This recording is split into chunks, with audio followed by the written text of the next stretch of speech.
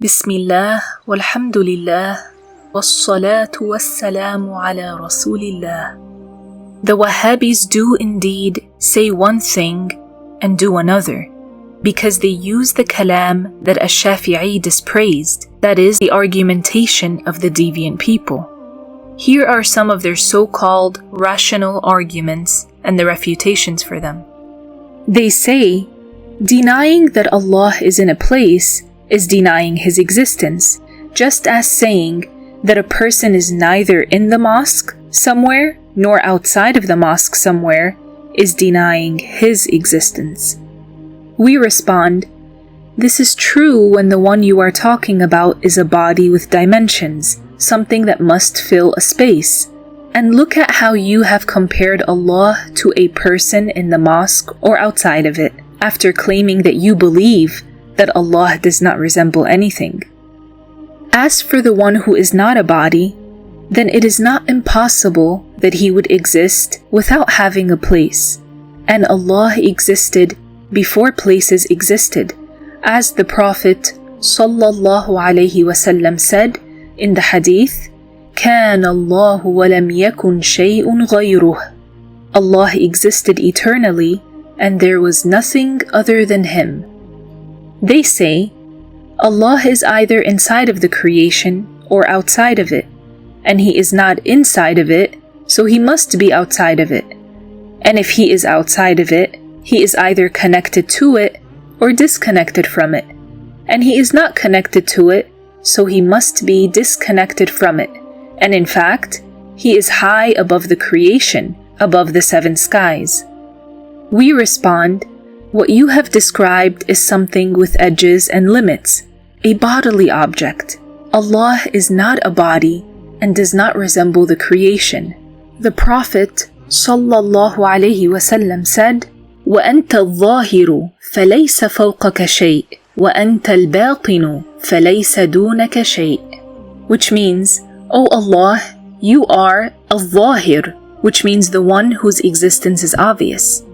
And there is nothing above you, and you are al-Batin, which means the one who cannot be reached by delusions, and there is nothing below you. The scholars said this is proof that Allah Ta'ala exists without a place. They say that everything witnessed in existence is either a body, like the people, trees, buildings, water, etc., or a feature of a body, like the motion, stillness, color, smell, etc. It is not valid that Allah would be the feature of a body, because then He would need a body to exist. So He must be a body Himself. We respond, Allah is not like what is witnessed in existence. All of what they have described is a creation, and they have blatantly likened Allah to the creations. They say, Allah must be higher in a place because He is higher in status. We respond, highness of place does not dictate highness in status. The angels in the sky have a lower rank than the prophets on the earth, and the guards on the roof have a lower rank than the king or the president in the basement or bunker. They say, we hold our hands to the sky when supplicating because Allah is above us. We respond, if lifting the hands to the sky proves that Allah is above us, then facing the Kaaba in prayer would prove that Allah is in Mecca, which is not the case. Rather, the scholars said that the sky is the Qibla, the direction of the dua, just as the Kaaba is the direction, Qibla, of the prayer.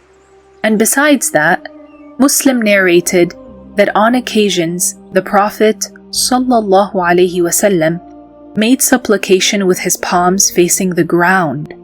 This is yet a further proof that Allah is not in the sky. Allah exists without a place.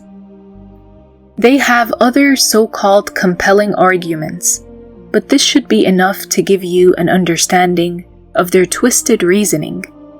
They do not even realize that they practice the kalam that they themselves forbid.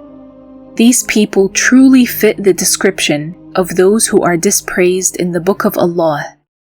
وَمِنَ النَّاسِ مَن يُجَادِلُ فِي اللَّهِ بِغَيْرِ عِلْمٍ, which means, amongst the people are those who debate about Allah without knowledge.